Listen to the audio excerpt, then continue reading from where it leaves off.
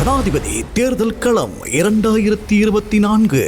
எதிர்க்கட்சி தலைவரும் ஐக்கிய மக்கள் சக்தியின் தலைவருமான சஜித் பிரேமதாச தலைமையில் உருவாக்கப்பட்டுள்ள புதிய கூட்டணியான ஐக்கிய மக்கள் கூட்டமைப்பில் பாராளுமன்றத்தை பிரதிநிதித்துவப்படுத்தும் 8 கட்சிகள் இணைந்துள்ளன.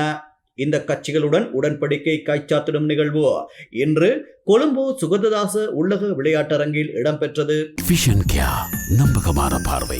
இப்ப யாரும் வர்ற வரைக்கும் காத்திருக்க தேவையில்லை. பிளவுபடாத ஐக்கிய நாட்டிற்குள் சகலருக்கும் சம உரிமை கிடைக்க வேண்டும் என்ற கோட்பாட்டின் பிரகாரம் இந்த உடன்படிக்கை கைச்சாத்திடும் நிகழ்வு இடம்பெற்றது.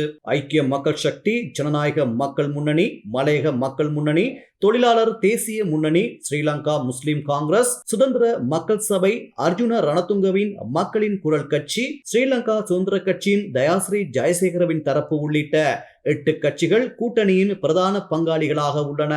அதே போன்று பாராளுமன்றத்தில் சுயாதீனமாக இயங்கும் எம்பிக்கள், பல்வேறு சிவில் அமைப்புகளும் தொழிற்சங்கங்களும் ஐக்கிய மக்கள் கூட்டமைப்பில் இணைந்துள்ளனர். இதேவேளை எதிர்வரும் ஜனாதிபதி தேர்தலில் தமிழ் பொது வேட்பாளராக முன்னாள் பாராளுமன்ற உறுப்பினர் ப. அரியநேந்திரனை களமிறக்குவதாக அறிவிக்கப்பட்டுள்ளது. யாழ்ப்பாணத்தில் இன்று முற்பகல் இடம்பெற்ற ஊடக சந்திப்பில் வைத்து தமிழ் தேசிய கட்சியின் தலைவரும் பொது வேட்பாளர் தெரிவுக்கான குழுவின் உறுப்பினருமான என். ஸ்ரீகாந்தா இந்த அறிவிப்பை விடுத்துள்ளார்.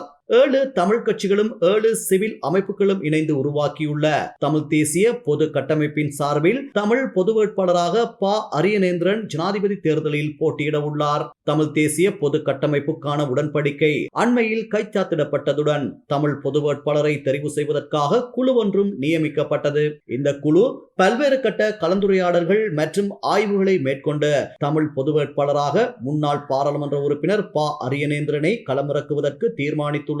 இதனிடையே எதிர்வரும் ஜனாதிபதி தேர்தலில் சுயேட்சை வேட்பாளராக போட்டியிடும் ரணில் விக்ரமசிங்கவிற்கு ஆதரவளிக்க அமைச்சர் பவித்ரா வன்னியாராச்சி தீர்மானித்துள்ளார். ஸ்ரீலங்கா பொதுஜன பெரமுனவின் ரத்னபுரி மாவட்டத்தின் பெரும்பான்மை கட்சி உறுப்பினர்களின் வேண்டுகோளுக்கு இணங்க இந்த தீர்மானத்தை எடுத்ததாக பவித்ரா வன்னியாராச்சி அறிக்கையொன்றில் தெரிவித்துள்ளார். இதேவேளை இந்த ஜனாதிபதி தேர்தலில் போட்டியிடுவதற்காக கட்டுப்பணம் செலுத்திய வேட்பாளர்களின் எண்ணிக்கை 22ஆக அதிகரித்துள்ளது.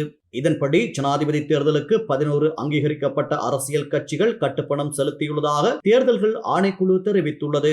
ஜனாதிபதி தேர்தல் தொடர்பான கட்டுப்பணம் செலுத்தும் காலம் எதிர்வரும் 14ஆம் தேதி நண்பகல் 12 மணியுடன் நிறைவடைய உள்ளது. இதேவேளை எதிர்வரும் ஜனாதிபதி தேர்தலில் எவ்வாறு வாக்களிக்க வேண்டும் என்பது தொடர்பில் மக்களை தெளிவுபடுத்த தேர்தல்கள் ஆணைக்குழு செயற்பட வேண்டும் என வணக்கத்துக்குரிய ஓமல்பே சோபித்த தேரர் தெரிவித்துள்ளார். இல்லாவிட்டால் எதிர்வரும் தேர்தலில் பல வாக்குகள் செல்லுபடியற்றதாகும் என அவர் சுட்டிக்காட்டியுள்ளமை குறிப்பிடத்தக்கது. ஜனாதிபதி தேர்தல் களம் 2024.